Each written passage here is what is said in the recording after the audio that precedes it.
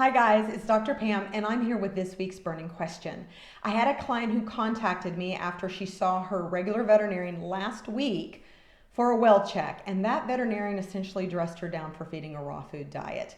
And he cited an article that says that there's more bacteria in the mouths of raw fed dogs than there are in dry fed dogs. And of course he wasn't a fan of raw food. So she was understandably upset and she reached out. And so the first thing that I do in these situations is I say, did you read the article? And the answer was no, so we pulled it up. And that article, when she pulled it up, the first thing that I do in these situations is I look at the article, I see who wrote it, and I ask, do they have a position? In this case, the article was written by Hill's Science Diet. And it wasn't a study, it was an article. And do they have a position? The answer is yes, they have a very big position. Firstly, they are a company that is all about processed food. Secondly, and more importantly, you have to read between the lines because Hill's Science Diet is coming off one of the biggest recalls that they've had in decades for toxic levels of vitamin D. So when you scan the article, you have to ask yourself, do they have a position and what is the language like? And when you read this article, the language is very inflammatory. It is not neutral at all. It is very inflammatory. So do they have a position? Oh, heck yeah, they have a position, all right? So we scan through the article, and the article cites a couple of studies, and one of the studies was from the FDA from the years of 2010 to 2012. And in that study, they said that raw food is more likely to have bacterial contamination of salmonella and listeria than regular dog food, okay? Well, more likely is not a scientific study, okay? So watch the terminology of they ran a study, okay? Maybe they looked into it, all right? But let's look at the actual facts, courtesy of Susan Thixton at thetruthaboutpetfood.com, one of my favorite websites. If you look at the last 10 years and the number of recalls, 73.4% of the diets that were recalled were dry food and canned food put together. Mostly dry, less canned.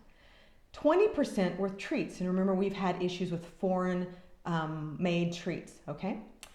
And then 6.7 were raw food, 6.7%. So that's not as much as the article is leading you to believe, all right? The next study they get into is they say that raw-fed dogs are more likely to have bacteria like salmonella that is resistant to antibiotics. So all of this stuff is inflammatory. So you have to take that into consideration. But it brings up a really exciting subject that I love, and that is the microbiomes of the body. Now, many of you have heard about the gut microbiome, but did you know that you have microbiomes all over your body? In fact, you have bacteria all over your body. In fact, you have viruses, you have candida, you have all kinds of yeast, you have parasites in your body. It's in your blood, it's in your nose, it's in your mouth, it's in your eyes, it's in your ears, it's in your digestive system, it's in your nether region. You have all of these bacteria, viruses, yeast, etc. And guess what? They're part of a healthy ecosystem. It's not that you have them. It's the degree to which you have them. You've heard that we have friendly bacteria and then unfriendlies. The unfriendlies are the pathogens like E. coli, salmonella, listeria, clostridium. But guess what? We all have them in our gut, all of us. In fact, my favorite GI professor in college, who's my favorite professor, used to say, when you go to the bathroom each day, you release more bacteria than there are people in the world today. I just love that because it's true.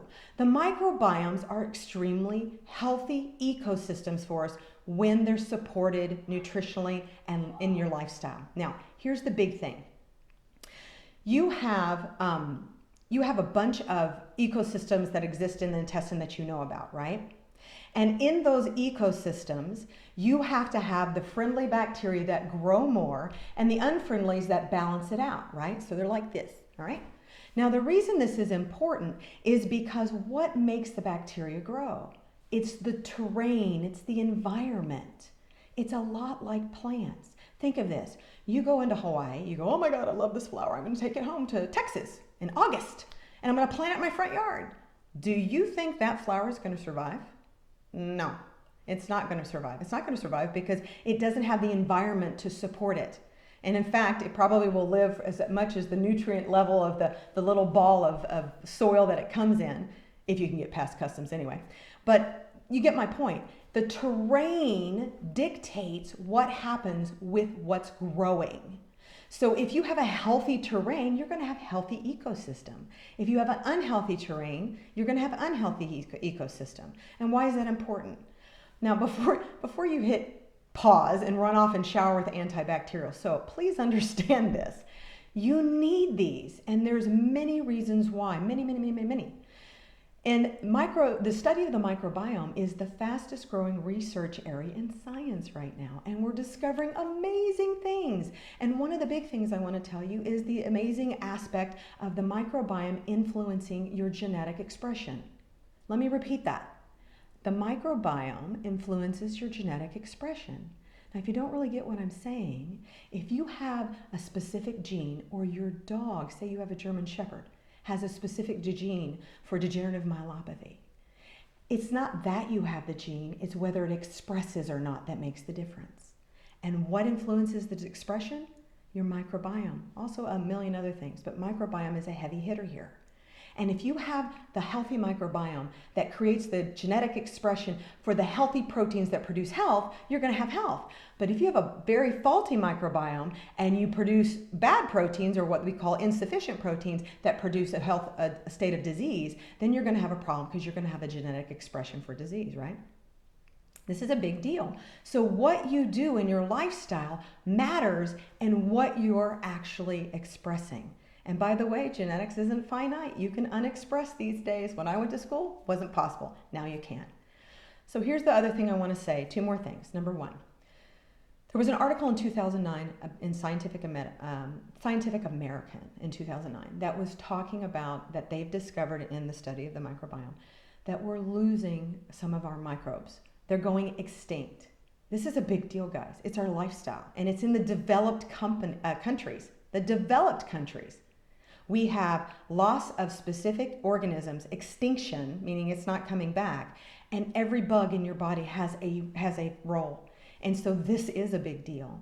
So I'm hearing this, and then in the back of my mind, I'm listening to what this veterinarian said. So let me give you a different phraseology for what he said. He said, remember, this is what he said, that raw-fed dogs have more bacteria in their mouths than dry-fed dogs. What if it's a little different? What if I state the same thing but in a different way to have a different meaning? Dry-fed dogs have less bacteria in their mouth than raw-fed dogs.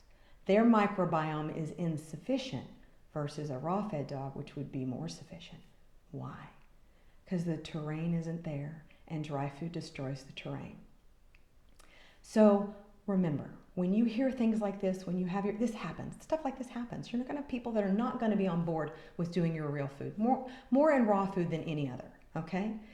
You've got to really look at it very clinically. Stop getting emotional about it. Look at it and say, who wrote this?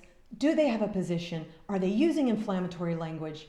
And what is the real information? And go look for it. Go look for the study of the microbiome. There's tons of it. I hope this helps because I feel like a lot of you are going to have to go through this. But there's stuff out there. Be the advocate that your dog wants you to be and believes that you are. All right? We'll talk to you later. Take care. Bye-bye.